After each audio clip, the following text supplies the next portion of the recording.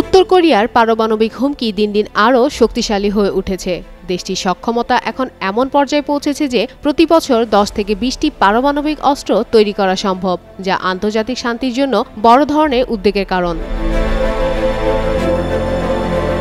Stockholm international piece research ইনস্টিটিউটের তথ্য অনুযায়ী উত্তর কোরিয়ার হাতে বর্তমানে আনুমানিক 50টি পারমাণবিক ওয়ারহেড রয়েছে এবং আরও 40টি পারমাণবিক বোমা তৈরির জন্য কাঁচামাল প্রস্তুত করা আছে।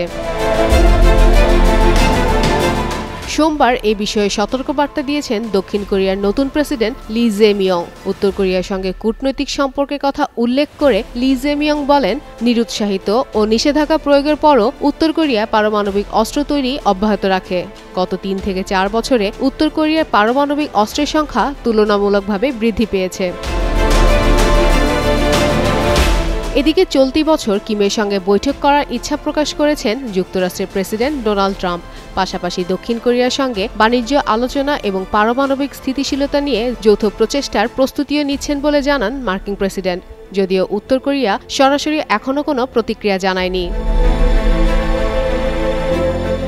এর আগে 2017 থেকে 21 সালের মধ্যে ট্রাম্প প্রশাসনের সময় যুক্তরাষ্ট্র ও উত্তর কোরিয়ার মধ্যে সরাসরি কূটনীতি শুরু হয়েছিল, কিন্তু কোনো স্থায়ী চুক্তি বা পারমাণবিক কার্যক্রম বন্ধ হয়নি। নতুন পরিস্থিতিতে আন্তর্জাতিক সমাজের নজর এখন কোরীয় উপদ্বীপের পারমাণবিক হুমকি ও যুক্তরাষ্ট্র ও দক্ষিণ কোরিয়ার কৌশলগত পদক্ষেপের দিকে। ফাতেমা ফাতেহ জান, যুগান্তর নিউজ।